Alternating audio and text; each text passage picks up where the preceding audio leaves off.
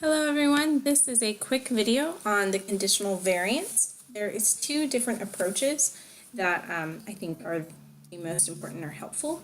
Method one is a more typical or traditional approach, and method two is an alternative approach that could be really helpful and is good to have in your back pocket. So we're just going to go ahead and get started. I've already written out the conditional distribution we're going to be working with and the expected value of that distribution. We'll start with method one. And we'll need to find the expected value of x1 squared given x2 using this method. And for a quick refresher, to solve this, we're going to go from negative infinity to positive infinity times x1 squared times f of x1 given x2, and all of this will be over dx1. For our particular situation right now, we are going to go from 0 to x2, which is our bounds given up here. x1 squared stays the same, and this guy over here, which will be 1 over x2 over dx1. And we'll go ahead, let's go down a little bit.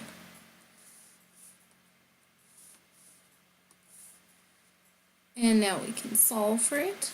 So we're going to have x1 to the third over 3, 1 over x2 from 0 to x2, which gives us x2 to the third over 3 times 1 over x2. This simplifies to x2 squared, because that cancels out one of the 3's, over 3. And don't forget, we need to put our bounds always. But we're not done with method 1.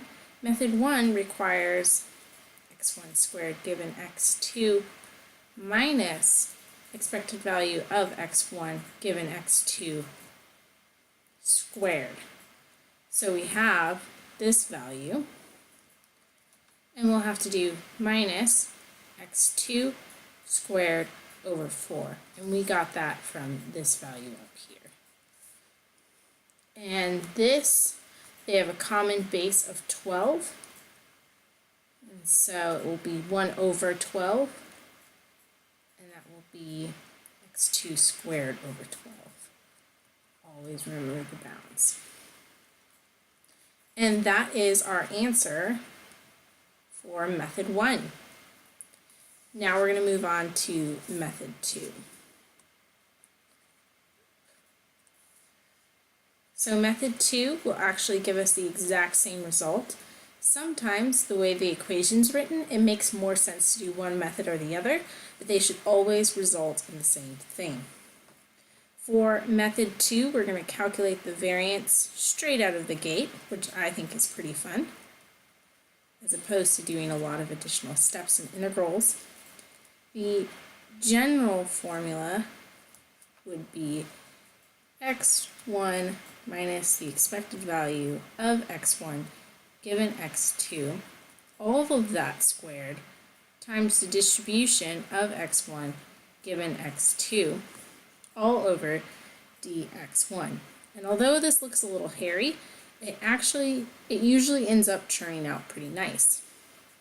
So we have 0, x2, and in this case it is x1 minus x2 over 2, which is what we had from the beginning, squared times 1 over x2 dx1. This is just going to be treated just like a constant, so I'm going to go ahead and pull it out right away. Make it a little easier on ourselves. We're going to FOIL out this guy over here.